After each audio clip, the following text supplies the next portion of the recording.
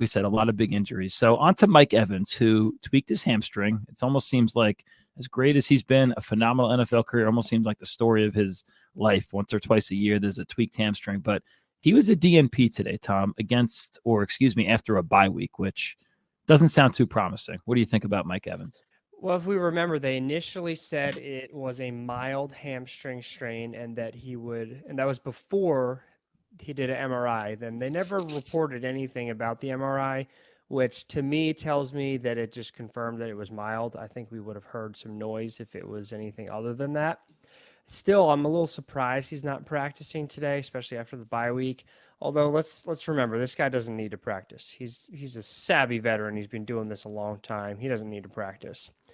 The concern here is that while he has had numerous mild soft tissue injuries that he's really played through and played well, he's getting older. He's 30. Healing's a little slower. He's a deep threat receiver, which fits the profile of who would be affected by this type of injury. So I'm not concerned, but I'm also not crazy concerned just because his track record has been so good. Receivers do see a dip of about 12% in fantasy production, 16% snap rate. For Mike Evans, that's not enough to scare me off, but I would say that he's probably less likely to meet his baseline, but that doesn't mean he's likely to have a bad game.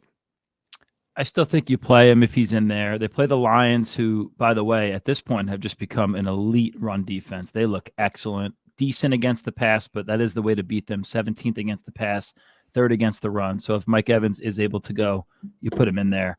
Same probably goes for next guy, Tom, Amon-Ra St. Brown. It's still that abdomen injury. He missed last week. Dan Campbell says there's a good possibility that he plays this week. Do you agree with that? From what we hear, yeah. I mean, practice in a limited capacity today. I would like to get some clarity on what the abdominal injury is, like we talked about last week. With football players, there's two most common abdominal injuries. One being the sports hernia, not a great outlook. The other being an oblique injury, not a bad outlook. Like Jalen Waddle, Puka Nacua had that this year. So they're not telling us which it is, but with him returning to practice and very little concern from the coaching staff, makes me think it's an oblique injury, but it doesn't totally clear a sports hernia from the equation. But with the information we have and with how good he is, you start him, obviously. Guy's a stud. I mean, I'm not an injury expert like you are, Tom, and I'm not that savvy with these types of things, but it just seems like something's been weighing him down this year. Regardless, he's an awesome NFL player, as we know. He hasn't, maybe lived up to his potential, but never question the process, right? Just play your guys, play your studs. I know last week it might not have worked out with JT, but it doesn't matter. If he's in, you play him.